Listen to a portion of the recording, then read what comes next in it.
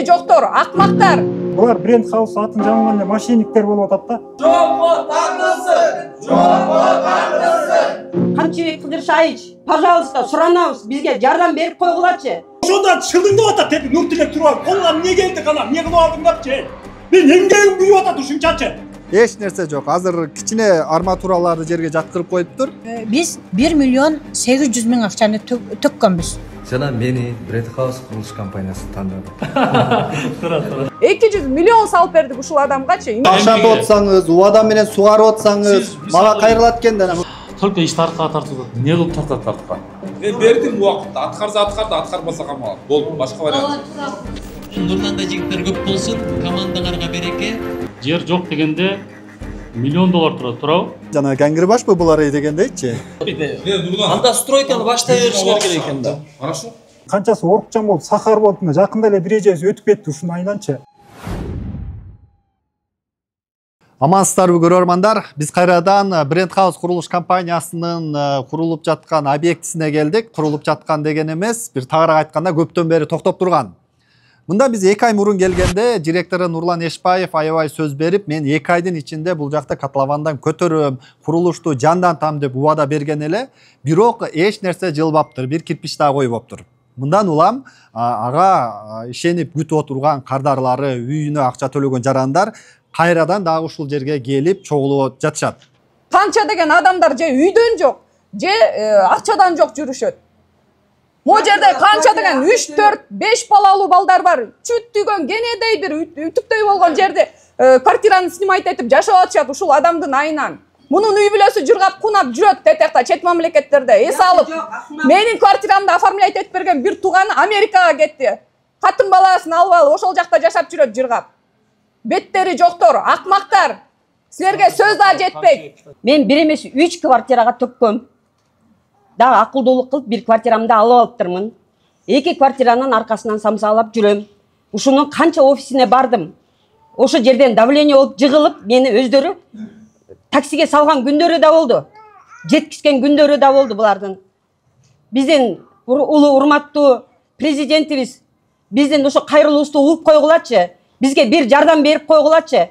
Ушунча элдин көйгөйүн чечип берип койгулачы, пожалуйста, суранабыз.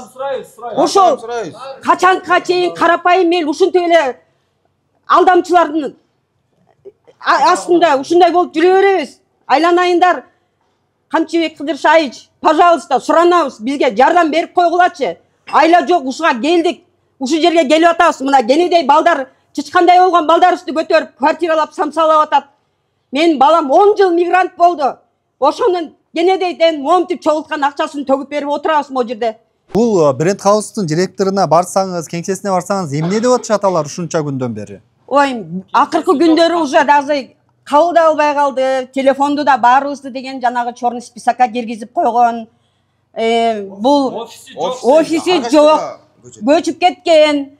Эми заместители алдайт, мына болот, ана болот. Ушу менен бизге уже 5 жыл болуптур күтүп келатканыбызга. Бул Нурлан Мураталиевич негизи өтө бизди көп алдады. Чындыгында канчадан бери ушул адамдын сөзүнө ишенип, канча деген миллиондорду ушул адамга колуна карматып коюп, аманатыбызды биздин аткарбай, өзүнүн үй бүлөсү жыргап куунап, эч нерседен кыйналбай жашап жүрөт. Чет мамлекеттерге эс алууга чыгып келишүүдө, умрага барып келишүүдө өздөрү. Анын баарын уялбастан, ушунча элдин астында бир беттери кызарбастан Инстаграмга жүктөп мактанышат. Бүт бизге сүйлөсө уяты жоктор. Вообще уяты жок. Эгер эл алдында жооп берсин. Ушунчалык ушул адамга биз наразыбыз. Бул дагы биздин башыбыздан өткөн азаптарды бул дагы көрсүн. Бул дагы ушунча акчаны жеп койгондон кийин жооп берсин. Канча адам ушул жерден артынан чуркап жүрөт Бренд Хаустун, акчамы ала албайм деп. Суммасы канча экен, жалпы сумма? Негизинен бул жерде 100дөй адам бар, дольщик. 100дөн ашык да негизи, табышкандарыбыз да, табыш электерибиз дагы бар. Берген акчаны бергендер өткөндө 150 миңдин тегерегинде болот эле, 150 миллиондунчу. Азыр где-то бир 200 миллионго чыкты да. 200 миллион сом. 200 миллион сомго чыкты почти. Потому что ошол убактан бери эле 2 айдын ичинде дагы кошуп төлөп аткандар болуп атат. Элдерди алдап атышат, дагы эле стройка. Мына бизди мынтишти. Арматура түшүрүштү. видеого тартышты, Инстаграмга чыгарышты, бизге жөнөтүштү, мына жумуш башталды деп туруп, кайра элдерди төлөмдөрүн төлөтүп баштады. Ошо менен ошол бир 2-3 күндүн ичинде мына Морекил этажкаларда жашаган биздин дольщиктердин туугандары бар. Ошолор көрүшүптүр, ушул жерден кайра ошол арматуралардын баарын чыгарып кетишкен экен. Аларды айтсак такыр моюндарына алышпайт. Бул жерден бизде нааразычылык өтө көп. Анткени ушунча 100 кишинин акчасын алып, алдын ала акчасын алып туруп, өзүнүн кызыкчылыгы үчүн арматура завод ачып алышат. Ал жактан арматурасы бул жакка Кыргызстандын же болбосо стройкага болгон курулушка эч кандай сапаты келбегендиктен ал заводу жабылат. Ошону менен ошол жака акчасы кирип кетти деп азыркы учурга чейин ушул элдин үмүтүн, элдин баягы акчасын жеп алып, курулуш эч кандай жүрбөй келет. Жок, эми ал арматура завод ачкан болсо, ал өзүнүн проблемасы да.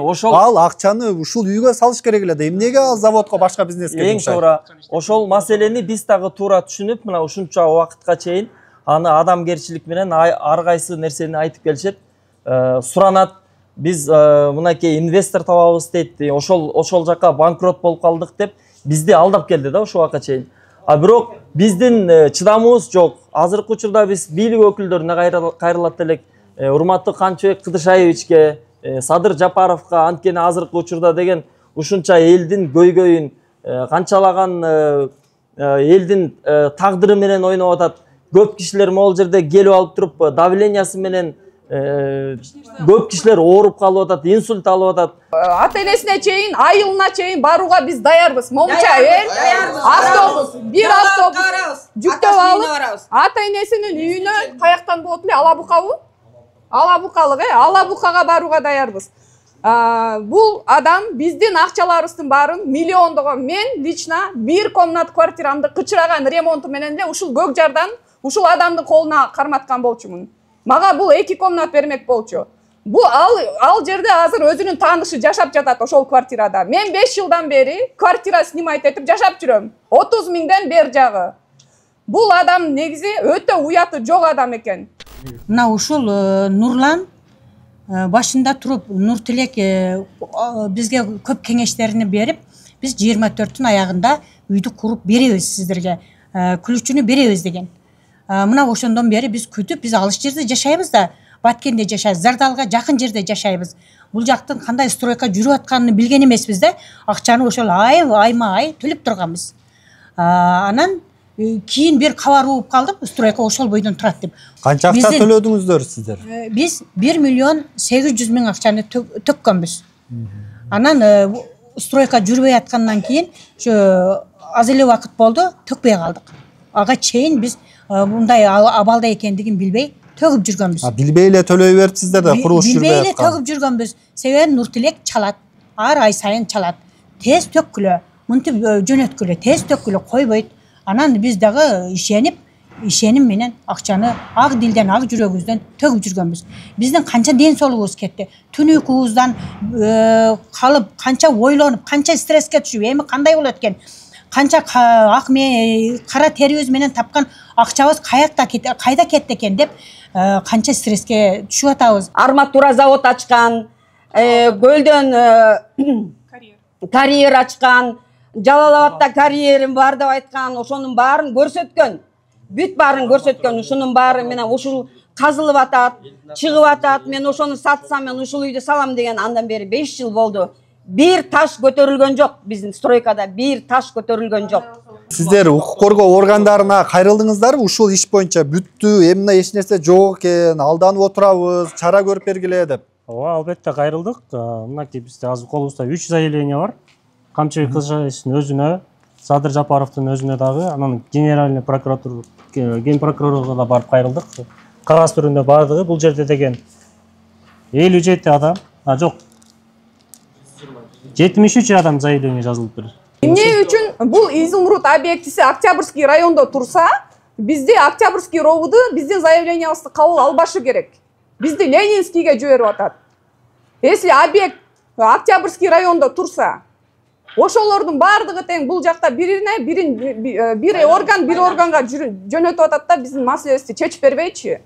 суранабыз, ошон үчүн өтүнүчүбүз. Ошол себептен биз монча адам чогулуп, биздин жарымыбыздан көбүсү Россияда, Кореяда, ар кайсы чет мамлекеттерде мигрант болуп жүрүшкөн үчүн келе албай калышты. Болбосо мындан да көп адамдар. Ошолордун баарынын атынан суранабыз, бийликтен суранабыз. Биздин маселебизди карап бериңиздер. Бул убакка чейин биз Нурлан Байкенин Мураталиевичтин камалышын каалаган эмеспиз. Анткени бизге ар кандай шылтоолорду айтып келген, бирок эми биздин чыдамыбыз кетти. Камалсын.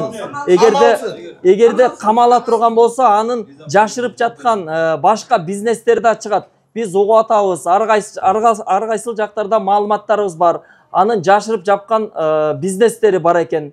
Биздин акчаларыбызга башка квартираларды, башка жерден дагы бир ушундай ишканаларды салып атыптыр. Ошолорду иликтеп, териштирип, ушул биздин көйгөйүбүздү чечип бериңиздерди суранабыз. Командасы менен камалсын. Командасы менен ала булар командный туугандар экен баары. Нурлан Эшпаев, берки Нурсултан, Нуртилек, Искен, ошонун баардыгы чогулуп алышып, мына бизди ушул убакка чейин алдап келишти. Эми биз силерден суранабыз, биздин көйгөйүбүздү чечип бериңиздер.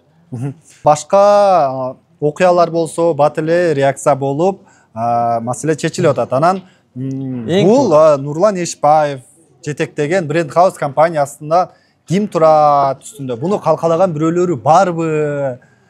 Же бул ошол бир туугандары жана ички иштер министрлигинде иштейт деп айтат эле органдарда, ошо тармакта. Балким ошолорбу? Андыктан эл айласы кеткенде ушинтип кайрылуу жасап жатат. Эч кандай чара көрүлбөгөндүктөн.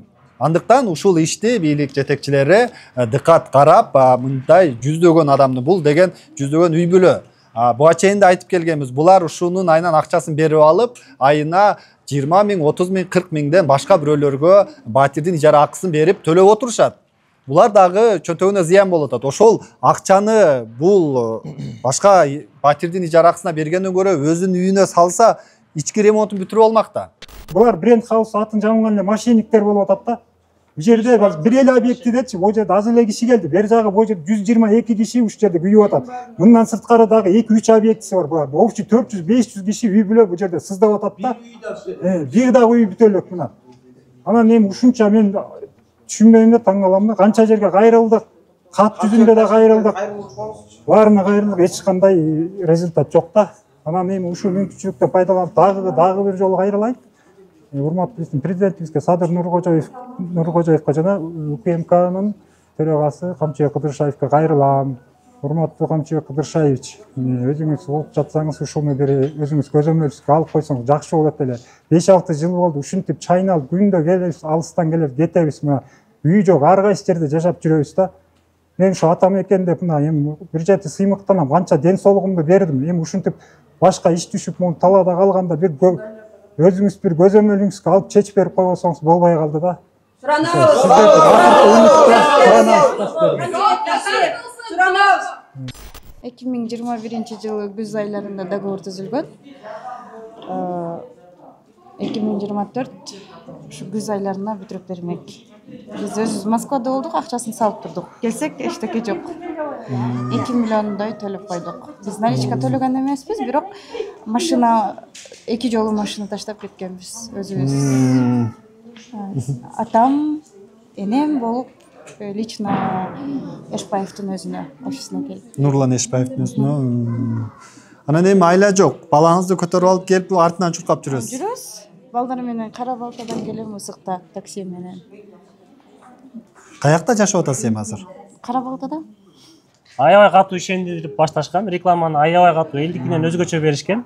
Биз ошол рекламасына аябай алдандык. Алганыбыздын себеби ошол болду.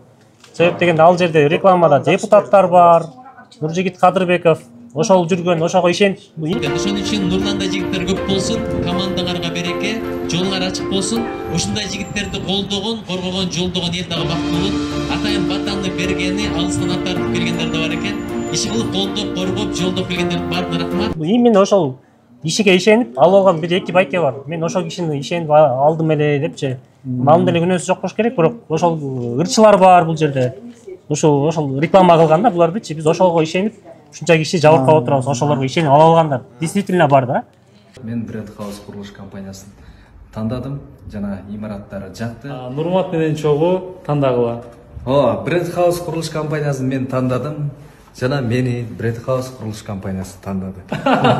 Тура. 9 этажда болом туугандар. 9 этажда. Жанындагын алсаңыздар. Эми мындай ушундай болуп бүтмөк экен да. Точно. Келгенде ушуну көрсөткөн Изимурут деген. Мындай үй болот деп ишендириптир. 2023 бүтөт деген 23 4 квартал бүтөт деген. Азыр мына 25-жылдын 2 кварталы бүттү. Мына бүтүп атат. Мына караңыздар. Азыркы кейпи ушундай. Бул бир объектисин 6 кабатка чейин көтөрүп койгон. Экинчиси мындай котлованда турат. Өткөндө келгенде 2 айда кыймылдатам деген. Мына эч нерсе жок. Азыр кичине арматураларды жерге жаткырып коюптур. Андан башка эч кандай кыймыл жок. 2 айда результатын көрөсүңөр. Мына мен котловандан үйдө көтөрүп коем деп айткан эле. Биз компаниянын Бренд Хаустун директору Нурлан Эшбаевга байланышып көрөлү. Биздин чалуубузга жооп берет экен. Алло, ассаламу алейкум. Алейкум. Да, Нурлан мырза кандайсыз? Жакшысызбы? Жакшы. Жакшы, мен Эламан чалып атам, Карымшак журналист. Сиз өткөндө 2 айда бүтүрөм, бул жакты кыймылдатам ишти дедиңиз эле. Анан ошол боюнча эч нерсе кыймылдабады деп, сиздин кардарларыңыз бул жака дагы чогулушуптур. 11-июлга деп сүйлөшкөнбүз да. 2 ай дедиңиз эле. Эч нерсе кыймылдабады деп бул жакта чогулуп турат да. Анан ушул жерге келе аласызбы азыр? Мен азыр башка иштер менен жүрдүм эле да, как раз ушу подрядчиктер менен жолукканы кетип аттым эле. Открытый ушага кетип аттым эле. Кече договор, пятница договор түзүшүбүз керек эле. Алар эсептеп атышат. Бүгүн договор түзөбүз. Договор даярдап да койгон. Ошол балким кечирээк бир жерден жооп бересиз, анда мен барайын. Хорошо, макул, без проблем. Канчада бошойсуз? Как раз ушу подрядчиктерди чакырып коем, жакшы болот. Подрядчиктерди бүгүн азыр келе албайсызбы бул жака? Жок, азыр мен баш план кылып коесуң да, план менен жүрдүм эле да. Канчада бошойсуз? 11-июлга деп сүйлөшкөн элек да. Июнь, 2 ай дегенсиз да. Жок, мен түшүндүм, мен силерге кезетте 11-июлга сүйлөшкөн элек да, кеңеш деген бала билет ошол жерде. Жок, видеодо деле бар. 11-июль дегенде деле сиз эч нерсе баштабапсыз да азыр. Мейли. Мен эми айтып атам, өзүмдүн оюмду айтып атам мен. Аха. Что он сказал? Ошону жолугалы, канчада жолугалы барайын? Тиреке каршы азыр бизге өчүрүп койду. Өзүм 18 жыл ошо тетиги Аксайда чек ара заставада кызмат кылганда 18 жыл форма кийген. Тетиги деңиз деңгээлинен 3800 метр бийиктикте 40-50 градус суукта кызмат өтөдүм да. Ошондо чогулткан акчам бар, бир күндө келип ушу машиниктерин айнам, күйүп отурам да. Блога деп ушунга неме кылышкан да, видеолор жөнөтүп. Анан уже мен акчаны төгүп салгандан кийин айтып атат, сиз биякта эмес болчусуз, сиз деген блог бөдө болчусуз деп кайра яма немени көрсөтүп атат да. Мына котлован бойдон, казылган бойдон турганды. Ушуну көрсөтүп атат да. Азыр эми булар такыр эле сөзгө да келбей калды, жооп бербей калды. Ачык эле айтып атат, билген жериңерге баргыла, колуңардан эмне келет деп ушинтип атат да. Мен айттым, айлам кеткенде айттым, силер Кудайдан коркпойсуңарбы? Кудай деген төбөңөрдөн турат дедим. Ушунча кишини сыздатып, бул жерде мына канчасы миграцияда жүрөт, канчасы орукчан болуп, сахар болуп, мына жакында эле бир эжебиз өтүп кетти ушунун айнанчы. Үйдө деле мына эмне тамак ичип, эмне уйку жок ушулардын айнанчы. Булар болсо мындай Кудайдан коркпогон мындай кандай экенин түшүнбөйм да. Мисалы үчүн азыр Кыргызстанда мисалы үчүн закон иштейт, закон жакшы иштеп баштады. Бир адам бирөөдөн бир 100 000 сом урдап алса, 100 000 сом эмес, 10 000 сом урдап алды, кармалып калды. Ошол адам канча жылга кезилет? Канча убакытка кезилет мисалы үчүн? Ага деле бир наказание берилет да. Мисалы үчүн кенедей бирдекени урдап 2-3 жылдан отуруп чыккандар бар, туурабы? Бул адам канча миллиондорду жеп алып, эч бир как будто биз наоборот буга карыздай мамиле жасап жүрөт да ушул убакка чейинчи. Бул адамга наказание барбы? Биздин мамлекетте справедливость барбы? Ушул адам эмне үчүн ушунча миллион, ушунча карампайым элдин ушунча миллионун жеп алып туруп, спокойно ушул Кыргызстанда гулять этип жүрүш керек. Сумма канча эле сумманы кошо айтыңыз. 200 миллионду, 200 миллион салып бердик ушул адамгачы. Эмне үчүн бул адам бейгапар жүрүш керек ушундай? көрөбүз, супермаркеттерден көрөбүз, цехтардан көрөбүз, бияктардан көрөбүз. Бейгапар карыз болгон адам эт жебеш керек деген сөз бар. Бул болсо жыргап, кунап жашап жүрөт, этектагы бүт эс алып. Эмне үчүн ошондой бизде справедливость жок? Дагы бир мисал айта кетели, жана Емаком курулуш компаниясынан дагы арыздангандар көп болгон. Жанагы директору депутат болуп отуруп алып Эмил Жунусов. Анан кийин үйүбүз бүтпөй калды деп. Анан ошондой болуп көптөгөн арыздар болуп, акыры ошол Эмил Жусуповду кармаган. Коргоранары кармап, бир аз ошол жакта абакта отургандан кийин курулуш кыймылдап баштаптыр азыр. Ошол жакта куруучу көргөндөр айтып атат, ошондон чыккандан кийин эле курулуштары кыймылдап иштеп жанданып баштады дейт. Акчам жок деген каражат каяктан табылыптыр? Анткени анда буну деле ошондой жолго барыш керек окшойт деген логикага келип атабыз да. Эгер жанына күч келдирбесе, булар кыймылдабайт окшойт. Мен дейт, мону айтсам айтып атат да, үйдү алган киши текшерип алат дейт. Мен дейт, Бишкектин центринен дейт, үй алып койдум дейт. Мен шылыңып атат да, үй алып койдум, мына баарын текшерип, документтерин бүт баарын. Муну ким деген кызматкер айтып атат? Жана менеджери Нуртилек. Нуртилек. Болбосо үйдү сизге өзү саткан. Өздөрү саткан. Каяктан алмак эле.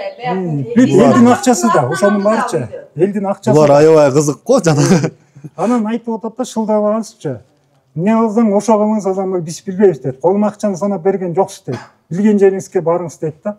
Үйдү деген ошентип текшерип алат. Мен үй алдым центрде, мактанып атат да. Бул жанагы эл арасында жанагы тарап кеткен го, жана Гангирбашпы булар дегендейчи. Ошол сөз дал келип атат да, анткени үйдү документти өзү жасап берип, өзү сизге сатып атса. Анан аягында келип документин текшерип албайсыңбы, өзүң күнөөлүүсүн. Мен документин текшерип башка жактан үй алып алдым дегени. Ушундай кылып мени күгүзүп атпайбы кайратчы буларчы. Ушунчалык адамды бат эле алдайт экен, ушуга чейин ишенип атып, болгон акчаны төгүп салдым да менчи. 95% акчамды төгүп салып отурдум. Суммасы канча эле сиздики? Суммасы 2,5 миллион. Эми ал акчаны делечи биз эми ойноп мындай канча азап менен таптык да. Ал акчаны эми канча ден соолугубуз кетти, ушунча өткөндө да айттым, өзүм аябай согуш тиги тажик болгон согуштун ардагеримин. Ушул жакта мен аябай действиеде болгом. Жанагы 2005 Анжиян коогалагында, Ошто коогалагандарга катышканмын менчи. Ден соолугумда берушум мекен, ата мекен деп ушунча ден соолукту берип эми ушинтип башыбызга иш түшкөндө бир могу жогорку жактан карап койсо болмок, ушунучу карап чечип берип койсо болмок да. Компания эмеси.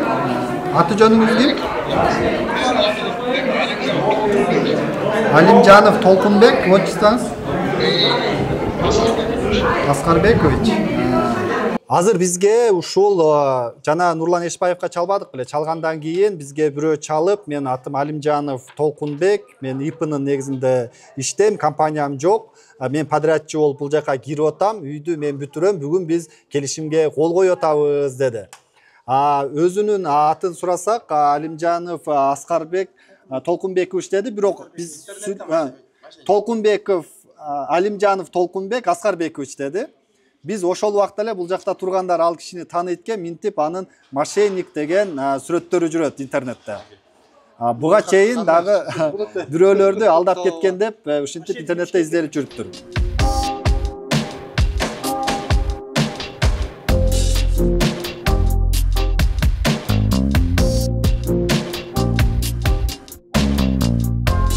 Ушул жерден дагы бир жагдайды белгилей кетели. Мурда барганыбызда Нурлан Эшбаев, мына инвестор таап келдим. Мен бир дагы мык алып бербейм. Баарын ушул курат деп Ахрор Рахманбердиев аттуу жаранды көрсөткөн. Бүгүн анын дайын дареги жок. Минтип дагы башка бирөө курарын айтууда. Үйү бүтпөй жаткан жарандар ушинтип айласы кеткенде аркы жактан объектисин көргөндөн кийин эми минтип курулуш министрлигине келели, Нурдан Орунтаев болсо ага жолугуп көйгөйүбүздү айталы. Айлабыз кетти, эми ушул маселебизди чечип бергенге жардам беришин сурайлы деп бул жакка да келип отурушат. Эми азыр ичине кирип көрөлү. Эшбаев Нурлан кайыкка келбеди? Жок, ал жок, качып жүрүп. Офистен офис алмаштырып атат байка. Офистен офис алмаштырат. Чалсак угрожать этет. Сенин мынча таанышың бар болсо, биздин мынча таанышыбыз бар деп. Анан биз суранат элек ушул силерден, биздин көйгөйүбүздү карап туура жагына чечип, же болбосо ушул Гострой өзүңөрдүн көзөмөлүңөргө аласыңарбы? Ушунча элдин берген акчасы. Кайсы Ханстрой деп кайсы жана селекцияда үйүңөрдү айтып атасыңарбы же кайсы? Көкжарда. Көкжарда. Изумруд деген ба? Эме Куйручукта. Көк жарда. А силердики кайсы стадияда курулушуңар азыр? Нөлдө жок, а? Бир блогу 6 этаж, бир блогу котлованда турат. 2 блокта. Жана Булардын 3 объектиси бар. Вообще-чи. Бирөө ошо селекциядагы, бирөө Рахат, бирөө Көкжарда Изумруд отдельный. Анан өзүнө тиешелүү эме кылды. Булар ошол бул жерде көбүнчө Изумруд Көкжардагы объектинин дольщиктери келип олтурабыз да. Жардам сурап. А блокто 6-этажга чыгып, Б блокто азыр келгенбиз. Бол жүрүп эле кире алайлы.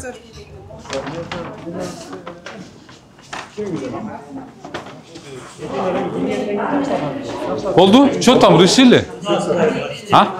Архитектуру отправили, да? Давайте побыстрее решите на этой неделе, хорошо?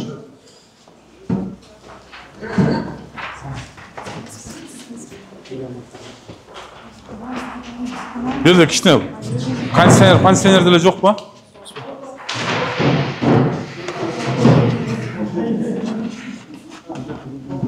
Бул бренд хаус боюнча өзүңөрдө маалымат бар болуш керек. Биз бир нече жол бир нече рет ал жерине чыгып барып, Хансрой селекциядагы объектисин текшергенбиз, бул жакта объекттерди текшергенбиз. Айтканбыз бул балдаргачы. Бүтүрөбүз, мына жазайбыз, кылабыз, мынакей бизге бир аз убакыт бергиле деп келген бул күнгө чейин. Мына бүгүнкү силердин мындай уже чыдай албай, уже жарылып мынакей келип отурасыңар биздин Асукадагы. Сиздердикиндей эле маселелер шаар боюнча азыр мынакей 36 үй бар да, ушундай үйлөрчү. Ошолордун баардык маселесин бүгүн бир 4-үнчү үйдүн жителдери силер келип отурасыңар да. Силерге чейинкилер да келишип атат. Ошондой маселелерди баардыгын чечели деп өзүңүздөр азыр соцсеттерден эле көрүп атасыңар. Жасабаган кишилерди баардыгын биз правоохранительный органдарга өткүзүп берип атабыз. Булар жанагындай двойной продажа кылып, анан кийин дагы башкача кылышып, мүнтүрүшкендер боюнча мыйзамдын астында толук өздөрү жооп беришсин. А эми могу үйдүн курулуп бүтүшү боюнча эгер өздөрүнө жоопкерчилик алып курулуп бүтүрөбүз деп турганбызда, мындан аркы жумушун биз только ошол правоохранительный органдарга, ГКМБга өткөрүп берип, только ошолор менен иш алып барабыз андачы. Биз эми буга чейин буларга өзүбүздүн баягы функционалдык полномочиябызга жетиштүү иштерди алып бардык. Эскертүүнү бердик. Биз булардын лицензиясын токтоттук. Кайра келип суранышты, мынакей бизге лицензиясы токтотуп койсоңор, биз кура албай калат экенбиз, бизге курганга мүмкүнчүлүк бергиле, биз куруп бүтүрүп элдерден кутулайлы дегенден мейли деп жандандырып да жүргөнбүз. Ага карабастан мынакей бүгүнкүгө чейин эгер эч иш кылбаган болсо, анда бизде башка выход калган жок. Биз анда ошондой уже баягы эң строгайший ходторго барайлы анда. Эгердечи, азыр бир суроом бар да. Например, сиз азыр госоргандарга өткөрүп берем, тиешелүү деп атасыз да, бул иштичи. Ал жака барганда, обычно биздики азыр кандай болуп чечилип атат? Массалык маалымат каражаттарынан биз деле угуп атабыз.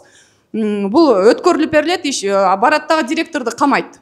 Камайт да директор 1 жыл отурат экен да, чыгып кетет экен да, бүттү. Бизде 200 миллион салып бергенбиз бул директоргачы. Монча эл 200 миллион төлөп бердик. Ошол акчабыздын баарын 1 жыл отуруп туруп эле кутулуп кетеби? Ал деген кыйын болуп атат. Мен барып айында китеп окуп отуруп туруп 1 жыл отуруп туруп чыгам, эчтекеңер салып бербейм деп. Ушундай да сөз болобу? Эмне үчүн ушунча бир тоо курдаса бир адам жооп берет, туурабы? Бул 200 миллион элдин акчасын алып алып, мен мынча 1 комнат квартирамды бердим. 5 жылдан бери квартиралап жүрөм өзүмчү. Вообще мындай чындыгын айтканда вообще бул тоотпой атат бизди. Бул айтып атат ГКМБда таанышым бар деп. Биз ойлоп калдык, бул чын эле Ташиевдин эмеси окшойт депчи. Бул ушунчалык керсейгенине караганда, тоотпогонуна караганда ушунча элди бизге нормально жооп берип да койбойт. Офистерин күндө ай сайын которушат. Биз каяктан табабыз? Азыр жок. Буларга деген бизге флажок коюп бергиле, невыездной. Булар качат скоро. Акчасы жок булардын. Юрай делден балдар келбеди. Була менен өзүбүз сүйлөштүк. Бул разрешительный документтерим бар болгондо да менин акчам жок. Мен банкрот болуп калдым. Мен инвестор издеп жүрөм деп ошентип өзү эле айтты. Мына ушунча эл калп айтпайт. Анан кийин жана сотту булар атайын эле узартып атышат, чтобы салып баштаган акчалары жок да. Ошон үчүн атайын узартып атышат да. Сотко келбей коюшат. Биз өзүбүз суранабыз, сотту жылдырып бергилечи, чечим чыгарып, сноска чечим чыгарып салбагылачы деп биз өзүбүз суранып атабыз да. Булар атайын эле акчасы жок, Нурлан, акчам жок, мен банкротмун дейт. Сала албайм деп ошентип атат. Бул добровольно деле ГИКке же болбосо Гостройго өткөрүп бергенге макул да. Добровольно деле өткөрүп бериши мүмкүн сүйлөшсө. Эми выходы жоқ просто азыр. Қачып жүреді уже бізден. Азыр. Бұны банкрот деп объявлять етіп тұрып бізде. Ерназар мырза, азыр сіздер балким чакырып көрбөйсүздөр компаниянын директорун. Номери барбы? Номерлери бар. Бериңчи.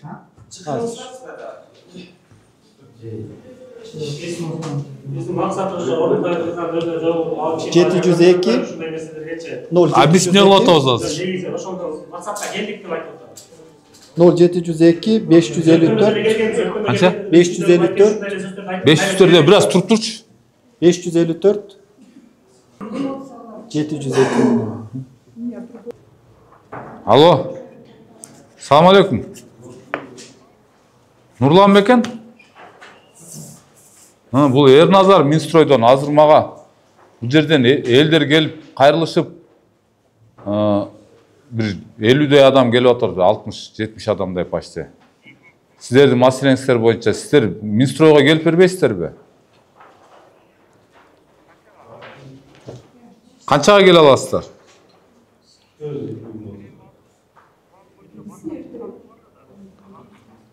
Нурлан мырза, азыр мындай болуп атат да, сиздин маселеңиз боюнча жана Ryan Building, Emacom, анан кийин жана KG Group деген маселеге айланып кетпесин маселеңиз.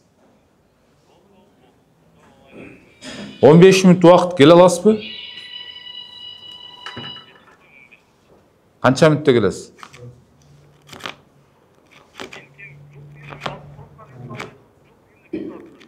Жок дегенде 1 саат, Хорошо, 1 саат күтөбүз анда сизди. Давайте келиңиз. Анда мындай кылайлы азыр, Бир аз нарак кылып турайлы, азыр саат 2 болуп турат, саат 3кө ушул жерден жолугушайлы бардыгыбыз, 3кө ал келсин. Азыр бул жактардын курулуш иштерин качан бүтүрөсүңүз? Негизи баягыда сүйлөшкөн боюнча 11-июлга чейин неме кылган элек, дейм. Анан июль. Анан мен ошондо деле айттым эле, булар өздөрү деле билет, бир канча подрядчиктер менен сүйлөшүп эме кылып атабыз да. Анан партнер таап, ошол партнер деле алып барганмын. Мына өзү деп, ал киши деле видео чыккандан кийин бир аз эме болуп калды. Секирип кетти эмнече айткандачы. Условияларды өзгөртүп. Негизи биякта $500 алышкан да көпчүлүгү. Тиги партнердин ою боюнча бардык объект, полный объект $900 эсептейсиң деп атат. Анда башка жителдер дагы $900 төлөш керек болуп калат. Мен ага каршы болдум. Анан ошо менен келише албай калдык. Азыр башка эле подрядчик таптым. Сүйлөшүп атам. Бүгүн негизи бүгүн башташ керек эле. Мен жана сиз баштабадыңыз деп эме кылсам, журналисттин номерин бер деди, журналисттин номерин алып, өзү чалыптыр. Азыр келет да чалдым. Жанагы Элмира эже жөнөткөн боюнча бир отбойник алган элем дейт. Арендасы 5000 сом төлөнбөй калыптыр, ошого чыгарып коюптур деди. Эми сакалчан 5 мал намаз окуган, Алла жолунда жүргөн эле киши ал. Мен мурда ал менен иштешкем мурда. Ал менен иштешип жакшы эле подрядчик болуп, кайра Нурлан сага жардам берели деп өздөрү келди. Ооба, Нурлан, буга чейин мына сиздердин лицензияңарды токтоттук. Туурабы? Штрафты салдык. Канча жол штраф салдык? 3-4 жол штраф салдык. 2 жол. 3 жол. 200 миңден кайра штраф салдык, туурабы? Сиздер мынакей курабыз, бүтүрөбүз, убада беребиз. Мынакей биз бүт үйлөрдү сдавать этебиз дедилер. Андан бери мынакей уже мен карап көрсөм 1 жыл эмес да 2 жыл убакыт өтүп кетти да. Эчтеке бүтпөй атты үйлөр, дайыл ошо токтоп турат. Кандай чара көрүп силерди эртелеттирсек болот? Же бизден бир жардам керек силерге? Жок, жардам эмес. Бизге азыр мейли мына жетекчинин көзүнчө 1 ай срок бериңиз, мен результат көрсөтөйүн. Мен азыр дагы сүйлөшүп келатам. Бирок кайра монтип видео чыгара берсе, только ишти арткага тартып атат. Эмне кылып тартат артка? Ишеним кетет да. Мисалы мурда партнерым, мына ушулардан башкалардын ишеними керек бизге. Булардан башка да бирөөлөргө ишенимге киришибиз керек. Партнер, мисалы партнер өзүнүн пайдасына керет да. Партнер ишенбей калып атат да, бул узучу экен деп. Партнерге айт да, мен монча. партнерға айтты, мынанша дольщигім бар. Бұларға мен қарызмын, тұрау. Түтел айтасыңдар партнерға. Бұларға мен қарызмын, действительно. Сен мынау үйде ошыға бүтіріп бере аласың, мына елдер ыз үшін шығарып отыр. Бұлардың елдерден шыққанын бізге тосқолдық жаратпаш керек. Наоборот, біз бұлардан қайра чиыр алышымыз керек та, дальше тәріптесіш керек, тұрау. Чиыр алып отамыз. Мен дағы максимально әрекет қылып отам. Елдерді шықпағыла демейлі. Елдер азыр бір ай емес, бір жұмадан кейін дайылы қимылдап алса, дағы келішеді мағач. Bir jumadan bir juma emas, bir ay surok alalı burası. Bunday Nurlan. Az bir aylap suroktu. 5 yıl oldu ga surok bergen. Ha 5 yıl oldu ga surok bergen. Katlavaның даже баштан жоқ па? Я қандай саңа сурок беріп айтсам? Жоқ, бұл документ шығып бар екен. Партнер отпай, бұның главный партнер бізге партнер керек жоқ ғой. Üçüncü partner bizga вообще keragi yo'q edi. Biz investor biz dольщик, to'g'ri. Biz investitsiya qilib o'tmaymiz. Investor biz qilib sizlar pul berishsizlar, biz qarshilab berishimiz kerak. Biz ақшаны неге бізге отчет бербейсіңдер? Biz ofisga olsak ele sizlar hukumatlarda qancha kvartira sotib olgan bilmaysizlar deb tushib berishib ta.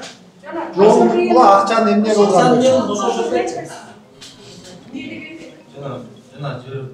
Жоқ, бұлардың ақшасы жоқ. Жоқ, жоғын болсаңыздар жоғын. Жоғын қайлы? Ақшаны не Ал жерде мындай да, жер азыр өзіңөр белгилүү кымбат турат. Жер жоқ дегенде $1 миллион турат, турабы? Ал ошол жер. Қанша сот? Қанша сот? 35 сот. Эми жер өзү $1 миллион турса, 6 этаж здание турса, значит, ал жакта жок дегенде $1,5 миллион бар да. Бирок силерге гарантия берип айтам, элден чогулган акча $1,5 миллионго жетпейт. Жок, жетпейт. Ишене бергиле мага. Эгер ишенбесиңер, 5 адамдан болгон комиссия түзгүлө, мен полный ачык алдыңарга коюп берем. Мына мондай. Андай талап болгон эмес. Жок, 50 адамга коюп бербейм. Комиссия түзгүлө, пожалуйста. Жөнүнө көрсөткөн булму? Жок, талап көйлөгө тал, сенин астындагылар муртилер башкетти жолотпойт ал нерсе. Сен эмне офисте отура берсем бирөө куруп береби? Мен көчөдө иш кыламынбы же офисте эле отура берейинби? Офисте отурбаш керек, азыр көчөдө движение алыш керек, ишибиз керек, бирөөнү алып келиш керек, бирөөнү албаш керек. Печат жок. Эчтеке деле өткөн. Биздин документтер жакшы эле. Кызылбы? Документтерибиз бардыгы жайында. Биздики жашыл китеп болгондо уруксат кагаздар берилген. Ошо жашыл китепти $1 миллион сатып алдыңызбы? Жок, мен аны образно айтып атам. Жок, жерди айтып атам, $1 миллион. Жер жок дегенде $1 миллион турат деп атам. Аны баарыңызга белгилүү. Азыр бир 4 соток жер алчы, например, $100 миң болуп атат. Сиз факт ошондой алдыңды. Мен негиз айтып атам, негизи. 20-жыл андай бар жок. Кыскасы, Нурлан мырза, силерге азыр 1 ай деп талап койбойбуз. Эгер курулушуңар жандангандыгы тууралуу бир жуманын ичинде бизде маалымат жок болуп турган болсо, биз сиздердин ишиңиздерди, үстүңүздөрдө кылмыш ишин козгоого материалдар топтоп жиберебиз. Эгер ушунча элдин көйгөйүн ушуга чейин чече албасаңар, анда силердин мындай иш менен заниматься эткенге укугуңар да жок. Хорошо. Бир жуманын ичинде эгер жандандырып курулушту алдыга жылдырдыңар, жылдырбасаңар биз кылмыш ишин козгойбуз. Хорошо? Сүйлөштүкпү бардыңар? Элназар мырза, ошол жерден айтып болсузбу? Жана Б блогун документи жок экен дедиңиздер. Тактадыңызбы? Тактадык. Документи 17 январь күнү экспертизасы чыккан экен, бирок бүгүнкү күнү бизге реестр алып келип тургуза элек экен. Анткени соттун чечими күчүнө кире элек экен. Соттун чечими бүгүнкү күнү күчүнө кирди. Эми келип бизге реестрге Б блогду тургузат экен. Силер тургузасыздарбы? Заявленияңыздарды аласыздар да ошондо биякта. Булардын заявлениясын бизге алып келип туруп, азыр уставной капитал менен келип көрсөтүп, бизге реестрге келип тургузат. Уставной капитал жок да биякта, кайсын турсун? Жер көрсөттү. Жер арасында кантип ошо иште жүрө берет? Жок, азыр сотко бардыңар да өткөндө. Сот обратно городской эмеге биринчиге жөнөтүп. Ал сыноо боюнча негизи жер өзү карап сотто Убада бере береткенсиз, мен дагы 2-3 жолу келдим. Өткөндө 2 ай дедиңиз, 2 айда эч нерсе кыймылдабаптыр. Анан ошол жерде мен көзүмчө да айттыңыз да, бул жакта Элмира деген эжеге, ой сиз шартыңызды карадым, кийин солнечный жактан бүткөн үйдөн берем, эртең понедельник кел дедиңиз. Эртең понедельник барса дагы какшатып эч нерсе бербепсиз, өткөрүп бербепсиз. Эмне болду ошол? Мындай. Элмира эжеге мен сизге жөнөткөм да. Варианттарын жөнөттүм. Элмира эже сүйлөшүп туруп жок айтам дедиңиз эле. Сиз жок айттыңыз. Эми мындай да, менде Элмира эже эле карап турат, бизде жумуш көп да, ал эстен чыгып кетет. Пожалуйста, барсын. Анан кийин ал адамбыз да. Мен ошондо деле айттым. Ал мага не выгодно. Бирок мен элге сөз берем дедим. Сизге вариант жөнөттүмбү? Жөнөттүм. Сиз келиңиз, пожалуйста, чечебиз. Анан жөн эле туруп алып Андан кийин канча жолу бардым. Мен андан канча жолу ал жөнүндө вообще сөз да болгон жок. Анан кое туруңуз, Нурлан, кое турсам. Чалганда же жазганда мен жооп бербей калдымбы? Жок, сиз жооп бересиз постоянно. Бирок ошол боюнча ал маселе калдыбы? Сиз мага сүйүнчүлөп обещать эттиңиз. Момдай болот деп. Бүтүрөт элек да. Жок, силер бүтүрбөйт. Гос регистрдан өткөрбөй берем деп атпайбы? Блок bunun немесин көрсөтсөң. Не, ошо курулуш сот үчүн курдурбай койду сени бирөө.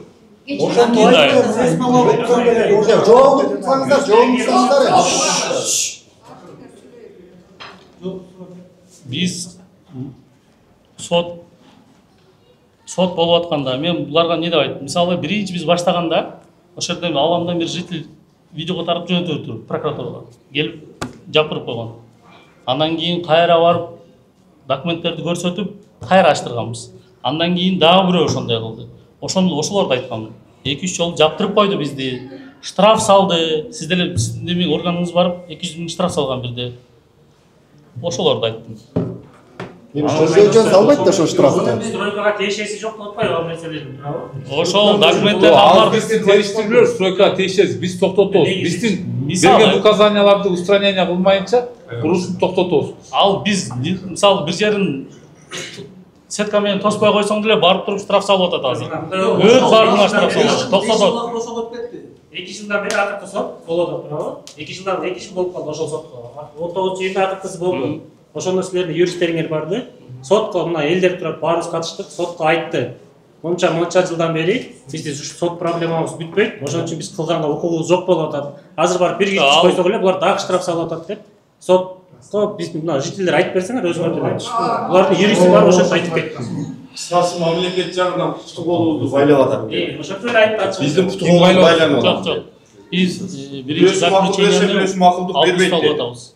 Биринчи заключение 2000. Ошол жерде үйлөрдө уруксат берген январдын 17 январда экинчисин алып атабыз. Ошон үчүн биринчи аны баштаганбыз, андан кийин бул. Ошо биз мамлекет тарабынан кимсиздик курулушуна тоскоолдук жаратып атат. Осы экспертиза жок токтоткон да, штраф салган да. Заключение. Бул блогу. А блокту. Ол мурда эле. Ал арынан бери 2 жыл өтпөдү ал. Ошону айтып атышат. Токтоткон. 2 жылдан бери курулуш жүрбөйт. 2 жылдан бери не курулуш жүрбөйт? 2 жыл 24-жыл. Жана дагы сейсмология боюнча дагы тоскоолдуктар бар, ошондуктан не строим. Жок. Сот сейсмологиянын заключениясын алып келгиле деди. Болду ошол эле. Биз аны биз бердик, 1 ай ичинде бүтөт деди. Биз заявка таштап, ошол заявканын кагазын сотко алып барып бердик. Алар келип текшерип кетти. Ерназар мырза, ушундай документтери жок эле үй кура берсе болобу? Булар биринчи үйдү баштайбыз деп, элден баарын акчаны чогултуп алып туруп, анан кийин документке чуркап жүрүшөт экен да? Жок. Бул нерсе булар баштап аткан жылдарычы 2021 жылдары. Ушундай булар башташып, ушинтип иштер жүргүзүп баштаганда бүгүнкү күнү мындай нерсеге эч ким жол бербейт. Мына өзүңөр деле көрүп турасыңар, азыр силер берген вопросуңуздар мындай ушинтип кура берсе болобу? Конечно, болбойт мындай курган. Эч кандай уруксат кагазы жок. Бир курулуш башталган күнү биз азыр жеринен барып токтотуп атабыз. Бардыгын сразу токтотуп алып коебуз. Булар азыр мынакей биринчи блогуна уруксат кагаз алышып, куруп башташкандан мына 2 жыл убакыт өтүп атат. 2024 январдан башташ эле булар курушуп атат. Анан кийин биз бул биринчи кагаз качан чыгып атат? Августта. Ага чейин булар параллельный проектирование алышып атат. Ошол менен куруп башташып алышат. Бери сабырыбызды кармап, сени түшүнүп барганыңда сонун айтып аттың, ушул убакка келдик. Чын, мына төөнүн куйругу деле жерге сейилдеп калды, чындыгындачы. Эми сен өзүң эркекче сөз бергенден кийин, азыр бирдеке деле жеке өзүң сүйлөсөң, коркут үркүтүүлөрдү чыгарып алып атпсыңар да, чындыгындачы. Эми ушул 5 жылдан бери бир эки этаждан болсо деле курсаңар эмне ичек деп бүтүп калмак да, негизичи. Азыр эми дагы канча жыл биз күтөбүз мисалы. Силерге төгөн турган акчаларыбызды башка иштеп койгондорубуз бар, чындыгындачы. Кандай болот бул жак? Эми азыр жана Элеман мырза силерге да чалдыбы? Чалды. Подрядчик. Ипотекадан алып келсек болот эле, куптан алып келсек болот эле. Эми эжеке мындай да. Сделайте десе буну андай кылса болот, мындай кылса болот деп отура берсек анда. Эми болот да. Мисалы бизде эле канча ар кандай иш болуп атат. Бир гана күнөөлүү мен силердин алдыңыздарда канча жолу. Ооба, күнөөлүү мен аны эч качан бир дагы жолу мен бирөөгө шылтаган жокмун. Бүтүр бир качан баштайсыз ошону айтчы. Азыр угуп турсаң. Биз ошону айтып атабыз. Мына бир жума сурок берип атат, бир жумада башта бир истат. Сурок бересиң сенчи, баштабайсың. 5 жыл болуп. Кыскача суроо мондай болуп атыптыр элдик. Биз акчабызды бергенбиз, ошо акчабыз гана эмнеге үйүбүздү турганбыз, гана деп атат ошол акча. Булар өздөрү эсептегенде эле 200 миллион болуп атыптыр. Булар өздөрү билген. Андан көп болсун, ошол акча гана дейт. Кайка кетти ошол акча? Мен ошону айтып атам. Эгер араңардан мисалы 5 киши комиссия түшсүн. Жок, комиссиясы жок эле жооп берип койсоңуз, кайка кетти. Ошол мен ошол кайка кеткенин мындай коюп берем да. Азыр айтсаңыз кайка кетти ошол. Просто азыр сиз айтып атпайсызбы 200 миллион деп. 200 миллион эмес. Канча? Примерно 80 миллион болушу мүмкүн. 80 миллион болушу. Мен бияк жакта эсеп боюнча ушундай чыгып атпайбы? Эсептеп көргүлө. Эсептеп көргүлө. Сиздер эсептеңиздер. Анан силер барсаңар, мен кагаздарды алдыңарга коюп берем. Эски ар бирибиз акча бергенибиз телефон номерлеринен бери коюп чыкканбыз. Болду, маселе жок. Маселе. Мын көр. Андай тон менен турбайлы. Кандай тон менен айтасыз? Кандай тон менен айтасыз? Андай кылабыз. Кандай кылайбыз? Кандай кылыш керек? Кандай кылыш керек? Керек жок, бизгечи. Бизге ошол үчүн эме. Арматура завод ачтым эле, күйүп кеттим ошол жерде айтпадым. Сиз айтып атасыз анда макул. Бул элден акчаны алып атканда сиздер Нурлан мырза, акча кандай түштү, кандай болду, аны өзүңүз билесиз да. Элден акчаны алып атканда 2023 аягында бүтүрөм депсиз, 24 аягында бүтүрөм депсиз. Эмнеге бүткөн жок? Ошону айтыңызчы анда. Ошого жеп Жазды кийин жазып чыккан мен. Ушулар. Ошо жазылбай алгандар да бар анда. Бул бир эле объект. Бул ишо жазылбай алгандар да бар. Общий 400-500 киши жабыркалат бул жердечи. Баарыбір миграцияда жүрөт, оруп жаба сахар болуп атышат мояктачы. Кудайдан коруп койсуңарбы? Москвада көрсөтүңөр киши бар экен, Москвада. Каргыш деген жаман болот да, түшүнөлү. Ар кайсы жерде жашап жүрөбүз. Мен 18 жыл кызмат кылгам, мен погран отрядта заставада жок. 3800 метр бийиктикте 40 градус суукта 18 жыл өмүрүңдү урдап атасыңар, ден соолугумду алып атасыңар. Келип ал мен мына өткөндө Нуртилек айтып атат, мен билгениңди кылып ал, колума акчаны санап бердиң беле, сотуңа бар, кимге каяка кайрсың, ошол жака бар деп атат. Өлүш керекпи жайымда? Сиз кайга акча өл десеңер өлүп деле берем мен. Ташиевке да кайрылам, президент Садыр Жапаровка да кайрылам. Өлүп. Кеч бербесем мен ошону кылам, мен ушуга той жеткирдиңер мачы. Өзүм өрттөм, мен мурунда айткам ушунча. Ошондо шылдыңдап атат, деп Нуртилек туруп, колуна эмне келди кана, эмне кылып алдың депчи. Мен эмгегим күйүп атат ушунчачы. Сиз күйүспөгүлө антип мени. Сиз ансарга канча төктүңүз эле? Ансарга деген общий 2 миллионго чукул акча төккөм. Ал акчанын баарын силерге өткөрүп берген машина мен. Ушул күндө ансар жок дегенде 10 миллион карыз да. Аны эма 3 тараптуу келишим турат да, бул жерде мына 3 тараптуу келишим турат. Ансарга барышыңыз керек да. Кандай арсың? Ошондо айтышыңар керек болчу да, мондай проблема бар деп бүт өзүңөр милдеттерди алгансыңар. Ансар деген мен колуман расписка жазып берген, мына доом жок жазып жаздырып алган мен. Ансар мына сиздин карызыңызды берген акчаны машина менен бияка өткөрүп бердик компанияга. Калганын булар да мына первоначальный взнос деп буякта жазылып турат мына. Мына могу жерде первоначальный взнос атын көрсөтүп берейинчи, ишенбесеңер. Мына могу жерде кетип атат. Мына 2 миллион 600 ушундан мына первоначальный взнос деп кетип атат. 1 миллион 923 миллионду ансарга силерге төгүп берди машина менен. Калган 2 жылга график түзүп берип атасың, мен төлөп атам мунун баарынчы. Эмне мынча күйгүзүп атасыңар анан кайра? Тек барса тигиниси айтат. Билгениң кылып алган. Ушундайга жеткизип атасыңар элде. күйіп жатқан үшін эме могул жерде деген бала алуу менен канча тетиги немеге чейин бардык, объектиңизге 2-3 жолу бардык. Эч кандай өзгөрүү жок болуп атат. Алып келген арматураларды кайрап кетип калыптырсыңар. Анан азыр кайра успокаивать этип, байке кичине болот сабыр кылыңыз деген ордуна мына ушундай силерге да бала бакырып барайын, каргышка каласыңар, күйгүзбөгүлөр, тирүүлөр күйгүзбөгүлөр иште. Азырчы акчасын төлөп бүткөн адамдар бар экен, бирок али курулуп элек.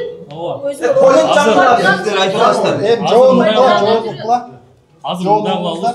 Эми баарыңыздарды мындай көпчүлүгүңүздөрдү ошол договор түзүп атканда жакшы сөздөр менен, жакшы эмелер менен түзгөн элек да. Баарыңыздар менен, көпчүлүгүңүздөр менен жакшы мамиледебиз азыр деле. Сиздер да туура түшүнүп атам, бирок мен азыр Эрназар мырза айтып атат, бир жума бир ай эмес, бир жыл эмес, бир жума кое туруңуздар, результат болбосо анан пожалуйста Эрназар мырза айткандай бизге материал чогултуп тиешелүү органга берсин. Эми азыр кыйкырганда пайда жок. Азыр мисалы сиздер үйүңүздөр Кудай буйруса бүтүп калса, ал азыркы алган баадан намного кымбат болот. Аны сиздер жакшы билесиз. Ооба, түшүнүп атам. Убакта арзан баа бергенде. Бир нерсе да силер ошону дайым ошону айтат. Азыр кымбат болуп кетти силер менен. Сиз ошол убакта бүтүргөн жоксуз да үйдө. Кыйналып аткан жалгыз компания мен эмесмин, эми көпчүлүк деле менин башка деле кыйналып аткандар бар. Эми биз деле аракет кылып атабыз. Кудай сактасын, качып кеткен жокпуз же биз деле бир объектин бүтүрөйүн деп азыр мына жүгүрүп жүрөм, экинчисин бүтүрөйүн деп, үчүнчүсүн переговорлорду кылып атабыз. Биз деле катуу аракет кылып атабыз. Жатып алган жокпуз. Ошол эми кимден гана ката кетти? Ката кетти. Баарыңыздарга түшүндүргөнмүн. Мондой болуп калды деп. Анан мисалы ушул могу блогерди деле ушу 3-үncү жолу келип атат. Эми мен билбейм бул туура ар кандай блогерлер бар. Бирок ошол мисалы мына тиешелүү органдар, мамлекет тарабынан тиешелүү органдар бар, башка да органдар бар.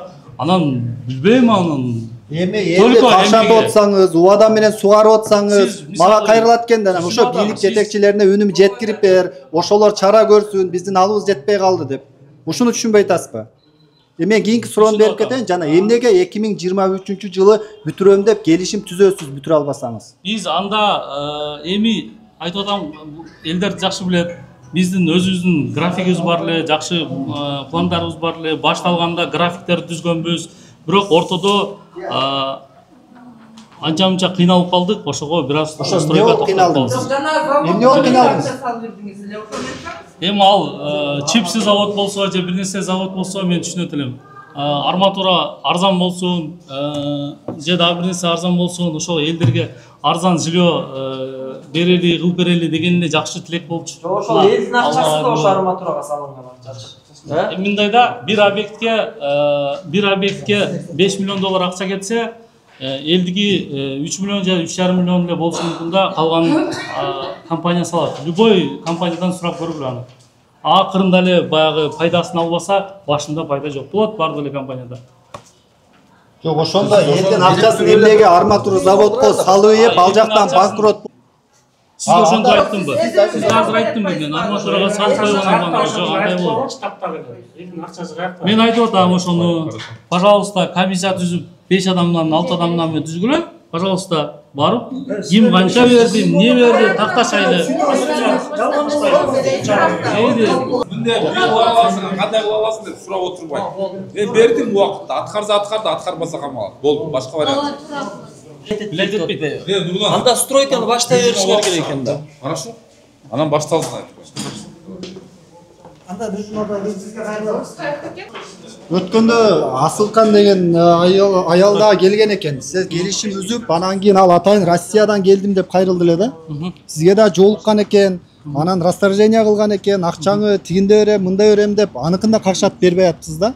Акчаны кайтарып берем деген экенсиз. Ошонуку эмне болду? Мындайларда толтура экен, расторжение кылып коюп, акчасын ала албай жүргөндө. Ооба, беребиз. Эми азыр мындайда, ошол келишим түзүп атканда бардыгына эле келишимде көрсөтүлөт. Мындай болсо эмне болот, мындай болсо эмне болот, мындай болсо эмне болот. Ошол келишим боюнча эле кеткен жакшы. Эгер колубуздан келишинче аракет кылып атабыз. 40 адам расторжение кылган болсо 20-сын кайтарып бердик. Эми жок дегенде алдым да. деген адам жок. Мен алдым дегендерди толтура таап берем. Алар уже алды кетти да уже. Ала албай жүрөбүз деп эле какша Ооба, ала албай, эми айтам го, эгер 40 адам бербейсиңер, же акчасын кайтарып бербейсиңер. 40 адам расторжение кылган болсо 20 алды. 20-сын акырын берип атабыз. Өткөндө бир байкуш аялды эмне какшаттыңыз анда? Россиядан бери келип атайын сизге ишенип келе бер депсиз. Жок, биз эч качан келе бер дебейбиз. Офисиңизге барып отуруп акчасын ала албай кайра кетиптир. Байкуш ыйлап чалды мага ошондо. Сен чыгарыпсың го, сенден көрдүм эле ошентти деп. Танысыз Асылкан деген ким? Жок, мен эми аны эстей албайм. Танысыз, билесиз. Жолугуп сиз менен жолугуптур. Эрмек деген адам ап келди дейт, Россиядан келген аял. Мен түшүнүп атам. Мен көп кишилер менен сүйлөшөм. Мен Асылканбы, Айбекпи, Нурбекпи бизге эми унутасың да, адамбыз да. Бирок көп эле кишилер менен жолукканбыз. Азыр бир 20дай расторжение бар. Акчасын кээ бирлерине 50 000 сом бергенмин, кээ бирлерине 100 000 сом бергенмин, кээ бирлерине 200 000, кээ бирлерине 500 000 бергенмин. Кээ бириники мисалы 1 миллион 200 000 болсо 200 000 калган 1 миллион берип койгонмун. Ар кандай? Расторжениега бербей атасыңар, бизге 1 тыйын берген жоксуңар. Айына 100 000ден кошуп бермепсиңер. Өзү деле жок. Сиздики ким эле? Кандай ким эле? Рахат резиденцияда? Жок, мен түшүндүм. Медер экөөбүз. Кадыркулова, Гүлипа Мамышевна. Сиз Кадыркулова же башка болсо керек эле. Жок, меп мен эле ошол. Постоянно барып көрүшүп эле жүрөбүз. Биз тиги Пентхаус. Анан биздин акчачы. Болот эже. Ал мисалы мындай да. Бизде келишимде мындай да. Биз ошол эженин квартирасын сатып, эжеге беришибиз керек да. Эми азыр моундай ситуациядан сатылбайт. Үй сатылбайт да. Эми азыр Жок, мени күнөөлөбөңүз. Сиз мисалы сиздин айыңыздан сиздер алдаганды токтотпойт экенсиздер. Ошентип дагы бирөөнү алдап акчасын алып бергенсиздер. Ооба, күнөө менде. Ооба, мен кечирим сурадым канча жолу. Ооба, бирок азыр оңдоп кеткенге максимально аракет кылып атабыз. Ошол ар ким партнерлор менен сүйлөшүп атабыз, менен партнер, тиги акчалуу кишилер менен да сүйлөшүп атабыз, кошулайлы, чогуу куралы, элдикин бүтүрүп берели. Ушул элдер мисалы $500 алган болсо, ошо $500 эле калсын деп аракет кылып атабыз. Жакшы болот, баардыгы жакшы болот, а? Спонсор бар. Азыр эми мындай кылды. Бир жума бул бир жыл эмес. Бир жумада мен иш башталат. Көрөсүңөр, иш жумуш Б блок, А блок менен чогуу полный башталат, Кудай буйрса. Башталып кетсе жакшы. Ооба, кийинки понедельник. Барып көргүлө, көрөбүз. Ооба, негизи бүгүн башталыш керек эле өзү. Ичинде юридический иштери кечигип калды. 7-июлда экен да. А сизде деген азыр өзүңүздө неме барбы жана спонсор бүт кагаз түрүндө бүт баарын көрсөтүп бере аласызбы бизге? Жок, мен ал мисалы эгер бул киши мага акча салам деп аткан болсо, партнербуз, бул эч качан мага отчет бербейт. Азыр сиз элдер сурап атат эле, сиз көрсөтүп коесузбу десем, Нурлан кой, топташым рахмат. Мен акчасын деген жок, мен мына кагаз түрүндө мындай барбы сизде? Биз ошону айтып атам. Бүгүн башташ керек эле. Биз юридический договорлорду кечигип калды бир аз. Нурлан, мындай мамилеңер жок болду. Жаңы алгандагыдайчы. Жаңы алганда кофелерди ичип, шаклеткалар менен ооздорду ачышчу элек, Эми азыр арке алтын аракет кылып атабыз. Башкача мүнөздөрдү көрсөтөт. Буга өзүң күнөөлүү болуп атасың. Шуну мен 3 жолу сага барып айттым. 3 жолу 90 3 жолу барып айттым. Жок, Нуртилек мейли, ол мейли. Ошондо сенен сурандым. Элди топто, Нурлан, күндөн күнгө өтүп баратасың, жалганчы болуп баратасың. Кел, Нурлан, элди топто, бир жерге жакшы мындай өзүңүн болуп аткан иштериңди айт. Ушундай жүрүшпөй деп биз сабырдуубуз, күтүп турабыз. Сен магында болду, бир жакка барып келейин, кенем кылам дедиң. Анда да кылбадың. Нурлан, максималь бул Кудайдан. Мен сиздер туура түшүнүп атам. Барыңыздарга рахмат. Эже рахмат сиздерге деле. Бербейсиңер онда, чогуу баралы мына. Кой турсаңар. Нурлан, мына мен кечээ бирөө менен сүйлөштүм, сен ишенген заңың менен. Ал киши айтты. Баягы өзбек менен кичине айтышып урушуп кетти эле дейт, баягы. Алып барып көрсөтпөдүң беле? Элемент тартып атканда инвестор менен урушуп кетти эле дейт.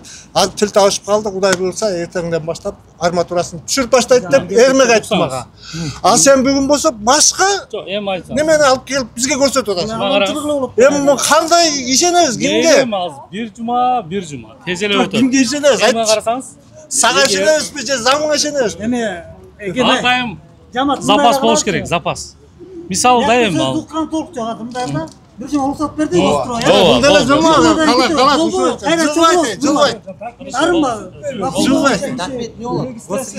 Понедельник күнү кайра келебизби деме объектиге? Мынакей Нурлан байке дагы. Понедельник күнү объекттен Нурлан байке да сөз берди. Менде бир суроо болуп атат да, буга чейин сиз жанагы мыкты ишкер катары өзүңүздү көрсөтүп, Акнор Фест деген фестивалга демөөрчү болгон экенсиз. Ошол жерден лотерея ойнотулуп, анан бир аял лотерея утуп алганга, лотереядан утуп алганга квартира берем деген экенсиз да? Ошол квартирамы дагы деле бере элек дейт. Ошол квартирада ошол көк жарда да просто. Көк жарда. Монча бүтпөй атат. Анан жок эле үйдү сиз лотерея коюп салдыңыз беле? Мисалы, биз спонсор болуп атканда аны бир компания уюштурган да. Ал компания менен договорубуз кандай болгонун сиз билбейсиз да. Билеттер байгелүү. Баш байге. Бренд Хаус курулуш компаниясынан Бишкек шаарынан Батир. Нурлан Братович, дагы бир рет айкөлдөрүңүзгө бешалган шарапат айтабыз. Ар дайым ушул проекттерин, Кыргыздын мыкты фестивалдарын колдоп жибериңиз. Дана Абдыбековге бөлбөлүү, бир бөлмөлүү бакыттын ээси билет алдыңыз беле. Келиңиздер да, биз туктап койбойлукпу?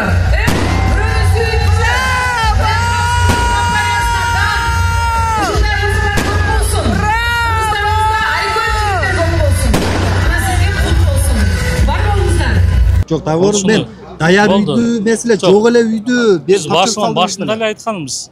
Курулуп аткан үйдөн беребиз деп. Ошондой эле сүйлөшүлгөн башында эле. Жок эле үйдү тапшырган экенсиз ошондо. Ал үй бүтсө, мисалы, ошол жок эле да. Могу Солнечныйда дагы мисалы жок эле үй болчу да, азыр эми бар үй да. Ошондой эле экен го анын Солнечныйда. Кудай кааласа азыр барсаңыз бүтүп атат. Кафелдерин орнотуп коюп, айнектерин салып, фасадтарын бир жагын уруп койдук, кудай кааласа. Бүтүп эле качан бүтөт ал? Мына азыр 2 айда. Просто айнек кечигип калды. Арка деген мисалы кеч жасалат экен. Арканы мына кече акыркыларын келип коюшту. Даже кичине детальдары калдыкшат. Урматтуу президентибиз Садыр Нуркожоевич бул убакка чейин дагы ушундай болгон бир компанияны өзүнүн көзөмөлүнө алып, ошону аябай чечип, ошол жүздөгөн кишинин кубанычын арттырган биз да ишенебиз Садыр Нуркожоевичке биздин дагы кубанычыбызды арттырат деп.